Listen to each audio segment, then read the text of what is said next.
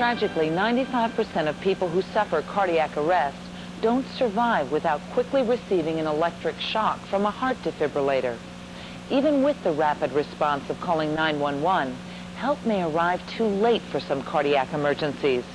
Now, there's a new defibrillator designed to be close at hand. That could mean the difference between life and death for thousands of people. Dr. Brent Schillinger reports. It can happen at the gym, on the golf course, in church, or at the airport. It can happen at any time, at any place, and without warning.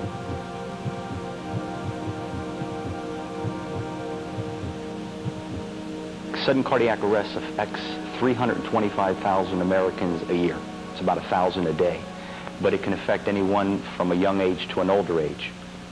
Cardiac arrest is a sudden, violent seizure that instantly throws the heart into a deadly frenzy. Joe Fernandez, paramedic and instructor for the National Safety Council, says time is critical for the survival of a patient, and only minutes separate life from death after a cardiac arrest. When cardiac arrest strikes, the paramedics say the only thing that can save the victim is a cardiac defibrillator. That's a machine which shocks the heart back into its normal rhythm. If this shock is not administered immediately, the chances of survival are slim.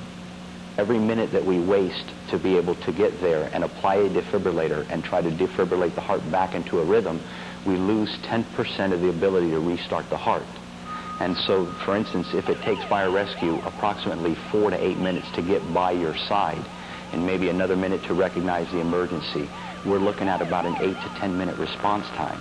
And that leaves us with about a 5% survival rate in this country. If we were able to cut that time down, getting the unit, bringing it to their side, and we're at 2 minutes, we're up to an 80% survival rate. Dr. Samuel Gitau also wants defibrillators available to the public nationwide.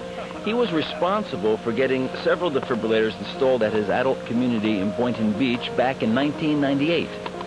My brother-in-law died on the tennis court, and I was wondering what could have been done, because by the time the rescue squad got here, he was gone.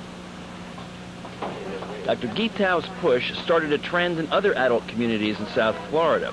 Once installed at the tennis courts, where he plays several times a week, everyone, including the head tennis coach, was trained on the life-saving equipment.